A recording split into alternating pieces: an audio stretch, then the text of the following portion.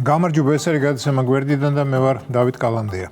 კი მინდა ზოგჯერ რაღაც ჩამჭრელი კითხვა დაუსვა ჩვენს მთავრობას, მაგრამ მე მახსენდება რომ ნებისმიერი ჩამჭრელი კითხვა ნაცებისა და მათი მეტასტაზების წისქვილზე დაასხავს წყალს და ამიტომ ვარ ჩუმად. დიახ, ვარ და ვიქნები მეტნაკლებად ჩუმად, სანამ ჯანსაღი ოპოზიცია არ გამოჩნდება სათამაშო მოედანზე. აბა ის, რასაც დღეს ოპოზიცია ჰქვია, არა ოპოზიცია, ეს არის ჩასაფრებული ტერორიზმი.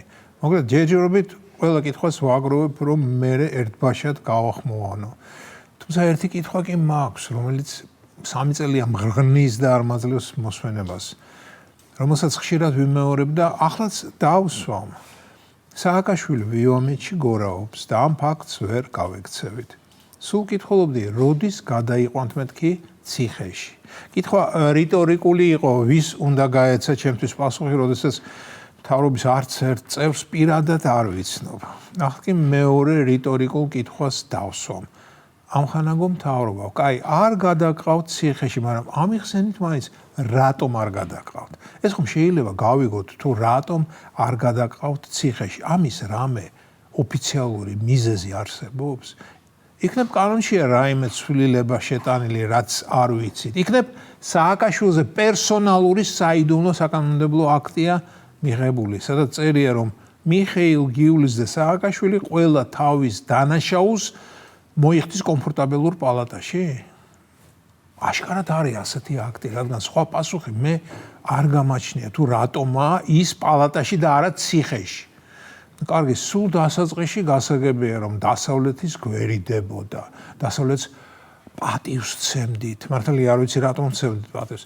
დასავლეთის გაბრაზება არ გვინდოდა, ალბათ მისი გვეშინოდა კიდეც. თუმცა ესეც არ მესმის, რატომ გვეშინოდა და ამიტომაც გამოგონილი დიაგნოზით დასავლეთის აგენტი სააკაშვილი მოთავსებული იყო ვივამედის კლინიკაში. წესითა და რიგით სააკაშვილს რამე თუ სტკიოდა რეზბალნიცაში, ანუ ციხის საავადმყოფოში უნდა მოთავსებული იყო, მაგრამ დასავლეთს ხათრი არ გაუტეხეთ და რეზბალნიცა ავაცილეთ. ალბათ რეზბალნიცის დირექტორი ყოველდღე მადლობას უხდის დასავლეთს, რომ სააკაშვილი მასთან არაა. უნდა ეს იყო ადრე. დღეს დასავლეთთან ჩვენი ურთიერთობა დაძაბულია დასავლეთისვე გამო, რომელიც ვერ ეგუება იმას, რომ მის დასავლურ დაკრულზე არ დავხტივართ და არც ვცეკვავთ და ახლა რატომ არ გადაგყავთ ციხეში? სადაური წესია ეს? იქნებ მაშინ ვივამედის კლინიკას სტატუსი შეუცვალო და ციხედ გადავაკეთოთ და მის პალატებში მსჯავრდებულები მოვათავსოთ. თუ кейფია, кейფი იყოს. გადავაქციოთ სამაგალითოდ ციხედ, უცხოელ ექსპერტებს, პოლიტიკოსებს, ტურისტებს დავათვალიერებინოთ. ეს ციხე და ვკითხოთ, ვის გაქვთ ციხე ჩვენისთანა. ოღონდ ერთი კაცის ციხე არ უნდა იყოს, არამედ როგორც თქვი, სხვა პატიმრებიც შევასახლოთ. უკეთეს გეტყვით. სამაგალითო კი არა, კომერციული ციხე გავაკეთოთ. თუ კაპიტალიზმია, კაპიტალიზმი იყოს, ყველაფერში მოგება ვნახოთ. დიახ, ვისაც ფული აქვს და თუ უნდა ევროპულ პირობებში ყოფნა, აი ბრეივიკის მაგალითზე გადაიხადონ ფული და მოათავსებენ ვივამედის ციხეში. ვივამედს ახლა მაგალითისთვის ვამბობ, შეიძლება ასეთი ციხის სხვაგან გაკეთება. რასაკვირველია პატიმრები პატიმრებად დარჩებიან, ანუ 4 კედელში იქნებიან გამოწყდეულნი და მზეს მხოლოდ გისოსებიდან დაინახავენ. სამაგიეროდ ექნებათ კარგი მოუვლა, კარგი კვება, ერთადგილიანი პალატა კი არა და კამერა, შეზღუდული ინტერნეტი, ფერადი მაცივარი, ცხელი წყალი, სისუფთავე და კამერული მუსიკა.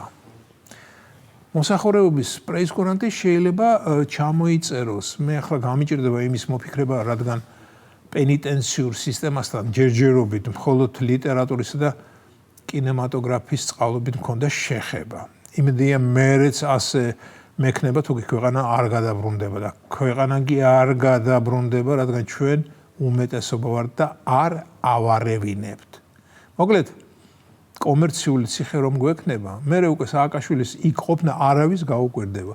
მის ოჯახს ხომ უნდა მათი ნაშიერი ოფიციალურად რომ კარგ პირობებში იყოს, ხო და გაატანინონ პარლამენტში ასეთი კანონი და დანარჩენი კი მხოლოდ ტექნიკის საქმე იქნება.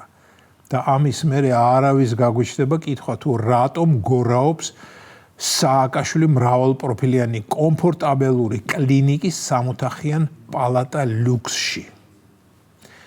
ასეთი იდეები კიდევ ძალიან ბევრი მაქვს. ეს იყო გადაცემა გვერდიდან და მე ვარ დავით კალანდია.